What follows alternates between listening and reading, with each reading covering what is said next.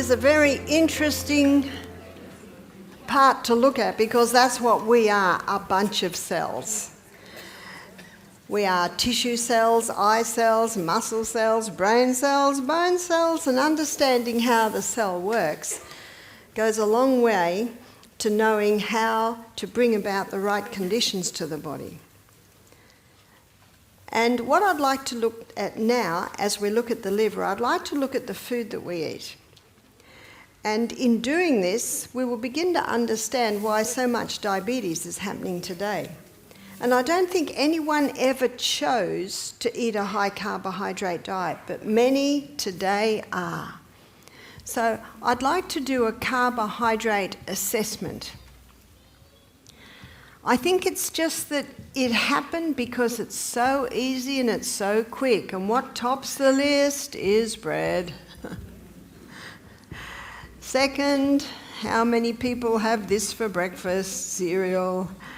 And because the bread and the cereal don't take you very far, then mid-morning we've got cakes.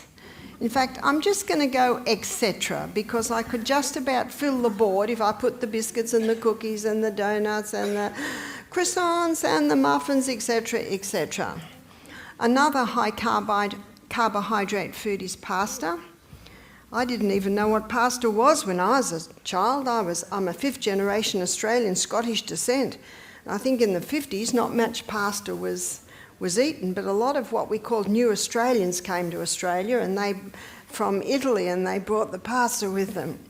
And they also brought pizza. And I think every home has pasta and pizza today. Another high carbohydrate food is rice. I didn't even know what rice was till I was about 18. What did we eat? Mashed potatoes, frozen peas or beans, and chops or sausages every single night of the week, except for Sunday, then Mum did a roast lamb. That's very Scottish, isn't it? But every meal did contain potatoes. And I'm married to an Irishman today, thus my last name, so every main meal must contain potatoes. And last and certainly least in the high carbohydrate foods is the refined sugar. Would you agree with me? People have become high carbohydrate consumers no matter where I go in the world. It's just there, it's just fast. But I lived in a rainforest for probably about 15 years where I raised my children, and this was not fast food in the rainforest. But so many people live in the cities now, it's just there, and we've such a busy lifestyle. It's just easy. So all of these foods break down, as we just saw, in the gastrointestinal tract to glucose. And glucose then gets absorbed into the blood. It goes on the M1 main highway straight to project manager. That's what the liver is. The project manager is orchestrating the job site. And the project manager, the first place that the liver will send the glucose is to the cell. And it goes into the cell under the action of insulin. And when it gets into the cell, it goes through a 20-step pathway. This 20-step pathway is 20 little chemical reactions that deliver 2 units of energy. The end result of that is a chemical form of glucose called pyruvate. We'll just call it the big P. This chemical form of glucose gets fed into what's often called the powerhouse of the cell, because even though it's only an 8-step pathway, it delivers to us a whopping 36 units of energy. What a difference oxygen makes, because the difference is oxygen. No oxygen up here. In this pathway, the energy is produced by the process of fermentation. And by the way, how are you going to feel if enough oxygen is going into your body so every cell can get down to there? You're going to jumping out of your skin with energy. Make sure you keep your mouth closed. Notice I said that very nicely, didn't I? And breathe only through your nose, in and out through your nose. You will get more oxygen. So this is the first place that the liver sends the glucose, is to the cell. But on a high carbohydrate diet, we've still got a lot left over. And so now it is stored. And I call this the diabetic's best kept secret. They're little molecules of glucose sitting particularly in the muscle cell. They're called glycogen. And glycogen is a name given to quick release glucose stores. That's why the best time to exercise is before breakfast. You don't need to eat before you exercise, because if you do eat before you exercise, there's going to be a war. The energies are going to want to go to digestion, and the muscles are going to say, no, we need it. And the stomach says, no, we need it. The best time to exercise is before breakfast. And you don't need to eat, but what you do need to do is drink water, because water helps to release these glycogen stores. And that explains why the young man, Dan, who came to our retreat, he's type 1 diabetic, he was on 90 units of insulin a day. He was with us for 4 weeks. First week, if he got a blood sugar level low in the middle of the night, he'd take a lolly or a candy, and that'd get the blood sugar level up very fast to the point that it'd give him a headache. Second week, he felt a bit guilty, so if he got a blood sugar level low in the middle of the night, he'd take an apple. Takes a while to eat an apple in the middle of the night. The sweet juices would get his blood sugar level up, but it didn't give him a headache. Third week, he tried something else. If his blood sugar went low in the middle of the night, he'd jump up and do 30 push-ups. And that would get his blood sugar level up. Where'd that come from? His glycogen stores. It's already sitting in your muscle cell. By the end of 3 weeks, he was down to 10 units of insulin a day. Type 1 diabetic. And what he did was all of these foods were eliminated. Especially the grain that makes most bread, most cereal, most cakes, and we could do tick, tick, tick, tick. Majority of pastas, the majority of pizzas, what is that grain? It's wheat. And in the 1950s, wheat was changed.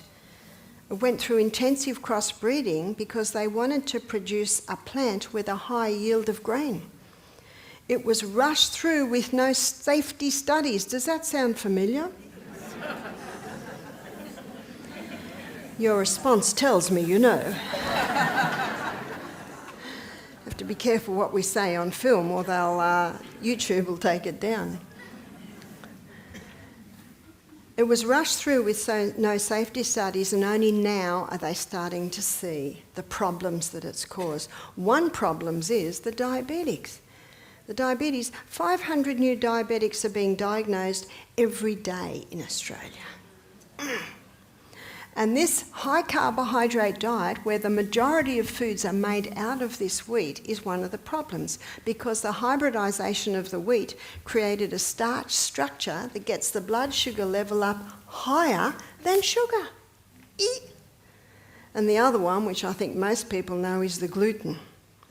The gluten is the protein in the wheat, and it created an incredibly complex structure, which is very hard for the gut to break down. So they're two of the main problems. But most people don't realise the link between the wheat of today and diabetes. You can get spelt, you can get Enkenhorn. They're called ancient grains because they have not been hybridised. On a high carbohydrate diet, we've still got glucose left over. Even once the energy pathways are filled, even once the glycogen stores are filled up. And so the third place that the liver will send this excess glucose is as fat. And in Australia today, 63% of Australians are getting bigger and bigger and bigger. Can you see by this illustration I've given you, which is basic science, that fat doesn't make you fat? What makes you fat? It's this high sugar, high carbohydrate diet. The liver's just doing its job. And this explains why Dr. Robert Atkins' diet became so famous. All he did was stop the carbs. Weight just fell off. Lots of energy. You see, he was using the 3 essential food groups. And the 3 essential food groups are fibre. We've just had a look at how important fibre is. Protein. Every single cell in the body is constantly being remade, and what remakes it is amino acids, which comes from protein. Fat. Did you hear that? Fat is an essential nutrient. I'm a government certified nutritionist. I've studied this in detail. Fat doesn't make you fat. There are dangerous fats, as I mentioned before, and they're the altered fats. There's a book by Udo Erasmus called Fats That Heal, Fats That Kill. And because there are some killer fats, they've all been lumped in the same basket. You see, it's not the butter on the bread, it's the bread under the butter. It's not the olive oil on the pasta, it's all that pasta underneath. It's just changing your proportions. Instead of a whole plate of pasta, get a third of a plate of pasta. A lovely rich lentil, tomato and olive oil sauce and a big salad. It's just changing the proportions a little bit. But what I wanted to show you now, specifically, is how the liver detoxifies us from environmental poisons, and we are exposed to so many. It was probably a big surprise to you this morning to know that some of the fabrics that our clothes are made out of are toxic. We've got to go for that natural fibre. We've got to support the New Zealand wool industry, yes? The cotton industry, the natural fibres. So I'm going to explain what happens at our retreat. Our guests have 2 days where they are on fruit and vegetable juices. And I'm going to give you their program, and as I go through the 3-stage liver detoxification over 2 days, this will be explained. So on Monday, our guests come in on Sunday, and on Monday, at 8 o'clock in the morning, we give the first juice. Then we give another one at 10, another one at 12, another one at 2, and another one at 4. And at 6 o'clock, we give broth, the thin soup. Now, the juices that we predominantly give are 80% carrot and 10% apple and 10% celery. This is called the vegetarian's juice because you could just about subsist on this. In fact, I've met 2 mothers that gave this to their baby instead of milk because the babies were their allergies were so severe they could not even handle breast milk, and definitely not cow's milk, not even the goat's milk, but they could handle this. And so that's predominantly the juice that we give. And we give 250 ml glass every time. That's at 8, 10, 12, 2 and 4. Sometimes we'll add cucumber, sometimes we'll add greens, sometimes we'll add a bit of beetroot, but that's a variation on the theme. Tuesday is the same, but there is a little difference on Tuesday. So to show you the difference, let me show you what we do Monday. Monday, we do about 100 ml of a green barley drink, and that's usually a teaspoon of green barley with a little bit of lemon and water.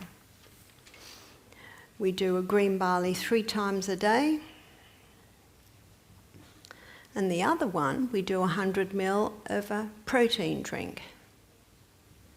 And that protein drink is usually a pea protein, or it could be a hemp protein, or an organic soy protein powder. And we put a little bit of almond milk and coconut milk in. That will make sense in a minute. On Tuesday, we certainly give the juice 8, 10, 12, 2 and 4. But on Tuesday, at 8 o'clock, we give the protein. At 10 o'clock, the green barley. 12 o'clock, the protein again, green barley at 2, and 4 o'clock, protein. As I take you through the 3 phases of the liver detox, this will be explained.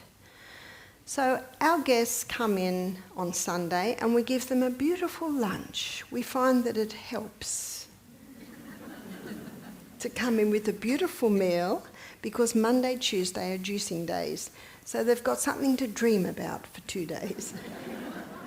And the promise that they will be fed again. And on Sunday night, we give broth. And so Monday morning, the first thing that is given, well, they have water and then they have their walk, and then at 8 o'clock, the first juice is served. And that juice is served with a green barley supplement. And because no solid food is going in, what the body now does, because we're not giving enough glucose to run on, what the body now does is starts to break down some of the fat stores to give the glucose that is needed. But all through our lives, environmental poisons come into our body. It is estimated that we are exposed to 100,000 new chemicals every year. That's scary, isn't it? And it comes in our washing detergent, comes in what we're washing our clothes with, comes in our toothpaste. That's why it's important to invest in a magnifying glass or have a 16-year-old next to you when you read the labels, because if you notice, the most important stuff is in the finest print. It's important to know what's going into your body. It's important to know what can harm your body. Many things are coming in with people not even realising it. And we are exposed to enough without actually putting them in, not realising that we are harming the body.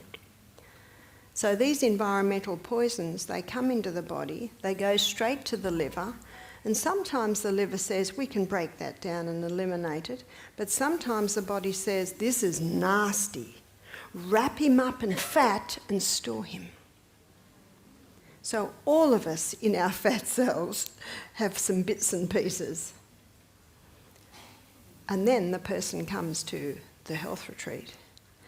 And the fat cells get broken down to give the glucose necessary, but what else is released? What else is released is the fat-soluble toxins. This explains why when people go on a fast, often their breath isn't very nice, their body odour isn't very nice, what they're leaving in the toilet's not very nice. I say to our guests, rejoice, where was it before it came out? You see, the waste comes out via our colon, via our urine, and via our skin. And that's why we give our guests steam saunas every day, because it's a very effective way to get the waste coming out of the body. And so when this fat-soluble toxin is released, it once again is in the bloodstream. Once again it comes to the liver. And the liver says, not this nasty guy again. It's just about to say, wrap it up in fat and store it. And then the liver says, hang on, they're at Misty Mountain Health Retreat. They're receiving the nutrients necessary to be able to break the fat-soluble toxin to a water-soluble state. It can only be released out via your skin, your urine, your colon in a water-soluble state. So what I'm going to show you now is the 3 phases of the liver detox on how this happens. So phase 1. Phase 1 begins probably Monday morning for our guests because there's no solid food. And in phase 1, the liver takes the fat-soluble toxin and breaks it down to a metabolite. What's a metabolite? A metabolite simply is the first stage of metabolism or the first stage of breakdown. And this metabolite is pretty nasty. This metabolite is highly volatile. This metabolite creates a lot of free radicals, and free radicals damage the tissues.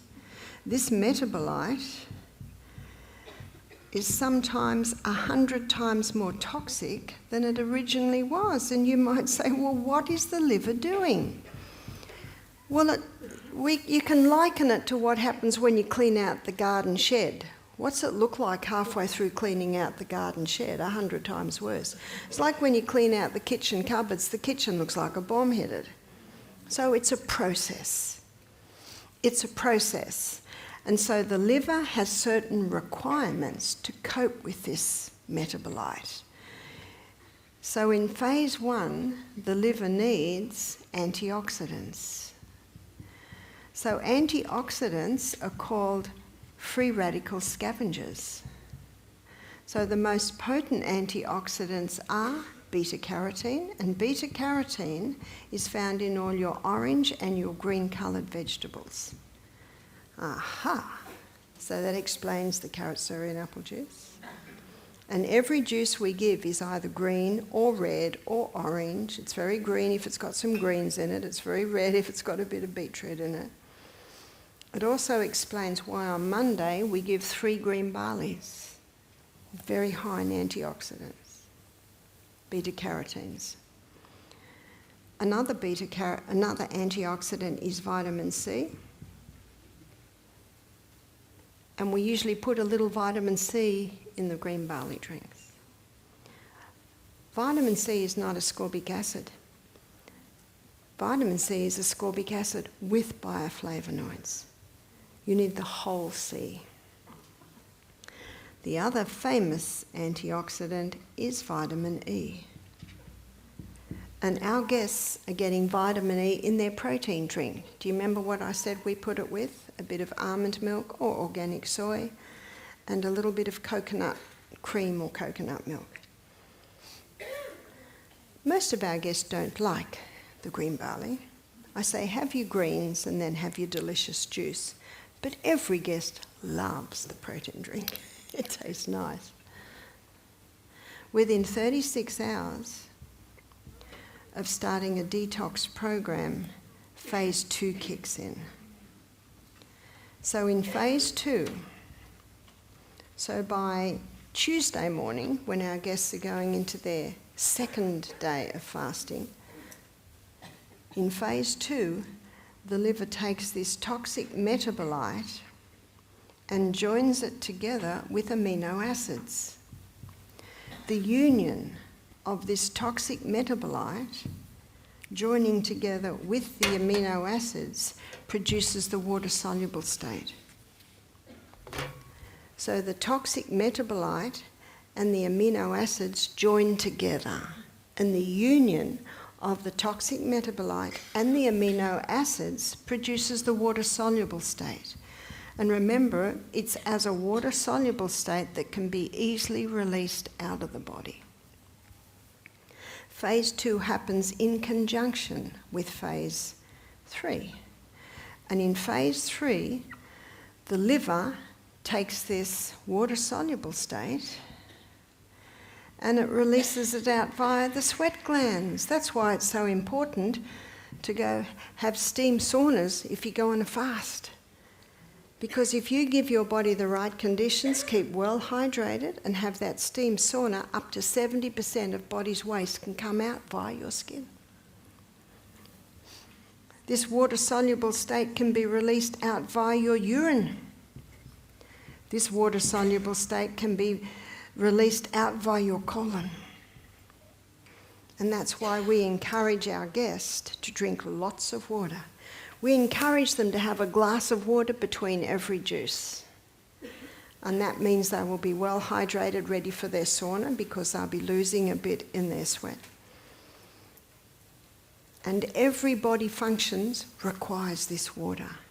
So the needs for phase 2 is protein.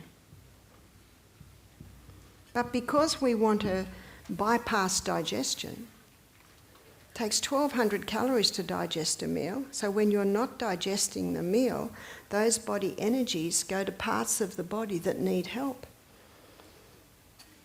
Fasting has been used for centuries to conquer disease.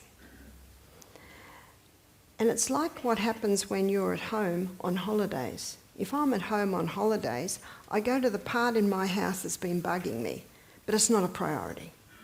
I sweep the floor every day, do the dishes every day, make the bed, wash the clothes, but the papers build up. Or maybe I've read a book and I just quickly put it in the bookshelf, and after a while the bookshelf looks a little messy. So when I'm at home on holidays, I go to those extra areas.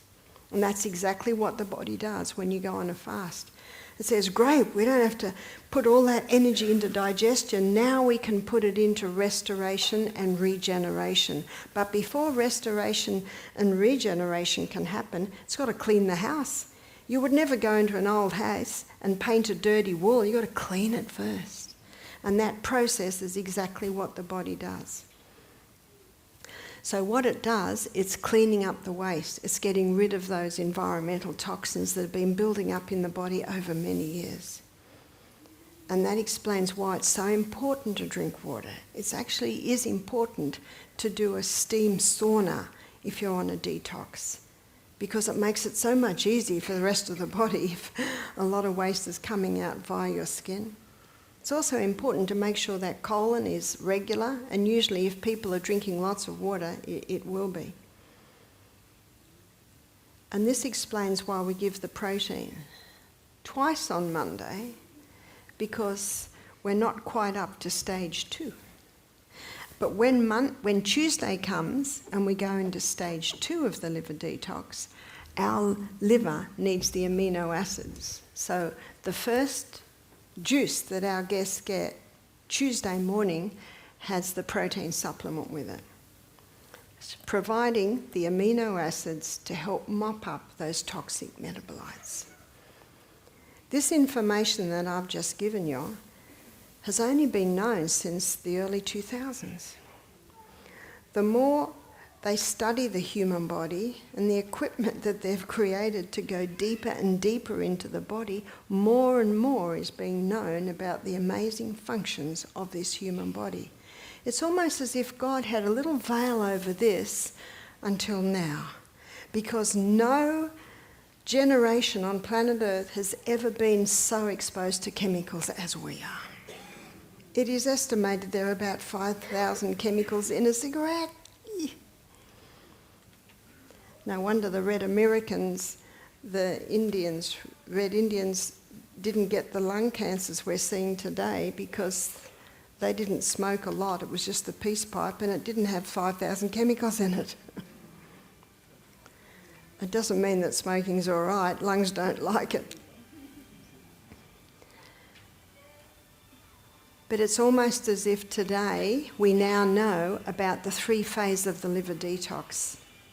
Ideally, we keep away from environmental poisons, and I certainly do as much as I can, but inevitably we will be exposed to some. But I thank God that He has given us a liver that can effectively detoxify us from environmental poisons. So then the question is asked, well, how often do we do a fast? Well, I'll leave it up to you. But we had a Vietnam veteran do our program, and his doctor had said, whatever you do, don't lose weight. Why did the doctor say that? Because what's bound up in his fat cells? Because the Vietnam War wasn't the first war where chemical warfare was used, but it's the first war where it was used in such large amounts. So those Vietnam veterans, and this man said to me, half of his friends committed suicide. The other half have died from cancer. It's tragic. These men laid down their lives for our freedom, And so this man that came to us, he said, I know I've got a lot of environmental poisons in there. He said, but I don't know what to do. So he was very happy to hear about the 3 phases of the liver detox. And we gave him a protein drink every juice. Can you see why? Every juice we gave him protein. And we gave him another protein drink at 7:30 at night.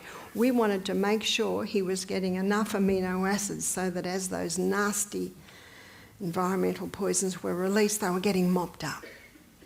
Another reason why it is so important for us to eat adequate protein.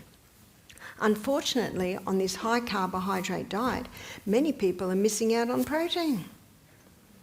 As a plant-based eater, I get my protein from beans. I eat beans every day. Nuts and seeds, I mostly eat them every meal. They're excellent forms of protein because that protein is necessary to help our body cope with the environmental poisons that we are exposed to. But what I'd also like to show you is some herbs.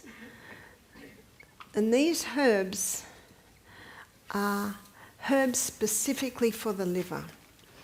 And in Psalm 104 verse 14, the Bible says that God gave herbs for the service of man. I love that verse. So the herbs are there to serve you, and the herbs know where to go. Medicine calls it synergism, working with the needs of the body. Drugs come in, drugs say, get out of my way, I've got a job to do whether you need it or not. Whereas herbs come in and they work with the needs of the human body.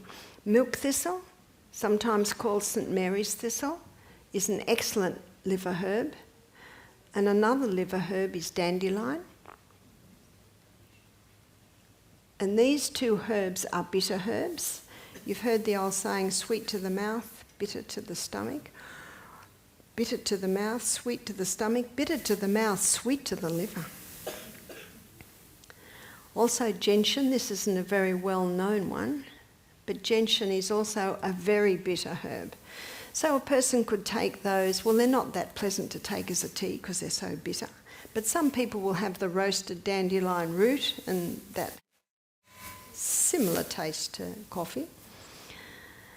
But you can buy them in a tablet form, and you can also buy them in a capsule form, and that's what some people choose to do. But if you take tablets or capsules to take your herbs, make sure you take them with a meal.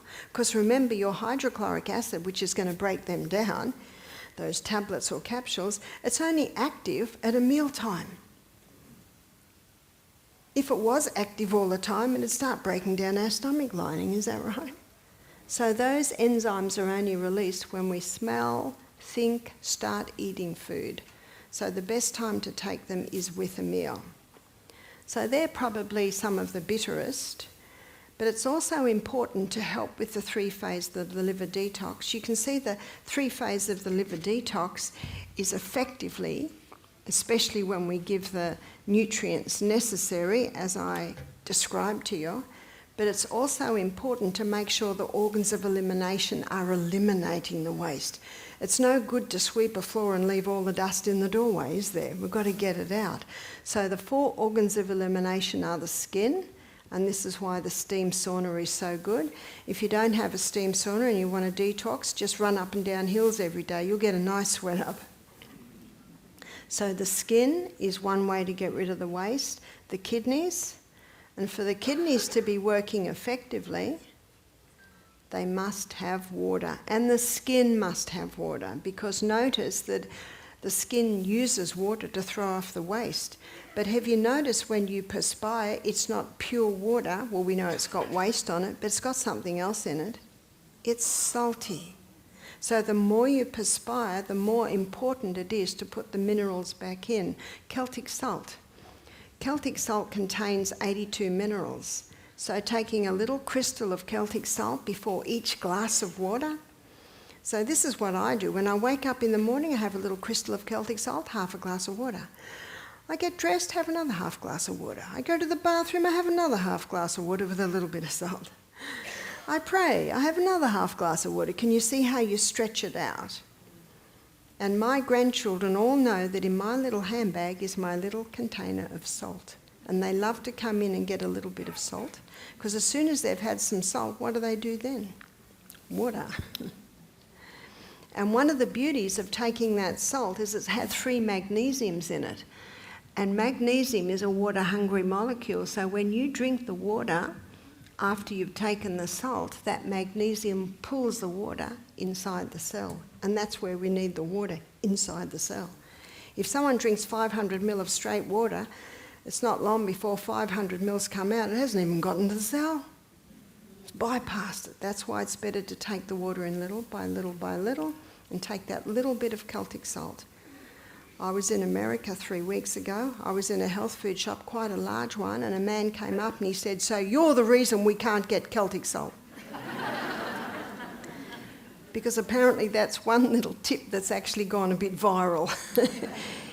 And it's not a problem if someone has high blood pressure. What is a problem with high blood pressure is the refined salt, because it has 2 minerals, sodium chloride.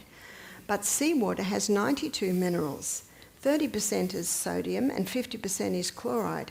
So when you look at the analysis of seawater, you can see that God meant us to have salt with all the other minerals. And that's what the Celtic salt does. You can also get Baja salt, B-A-J-A. That's a hand-harvested sea salt like the Celtic salt, but it's in a pristine part of Mexico. When I was in Peru a few weeks ago, they have the morass salt.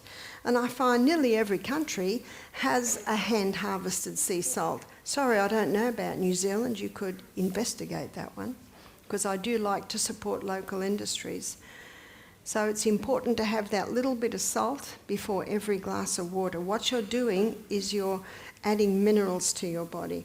And when you take this balanced salt, it balances in and out of the cell. The highest concentration of minerals inside the cell is potassium.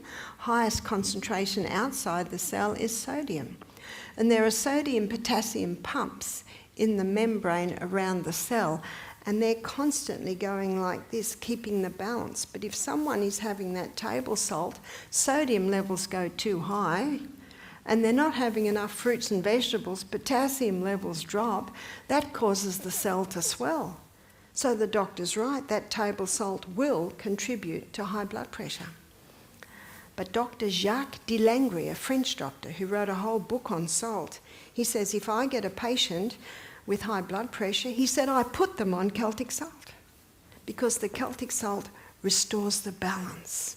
This morning we looked at hormones and we saw how all these problems are arising because of an imbalance. The body from the tip of the head to the soles of the feet requires or runs according to precision balance. So anything that throws the balance out is a problem.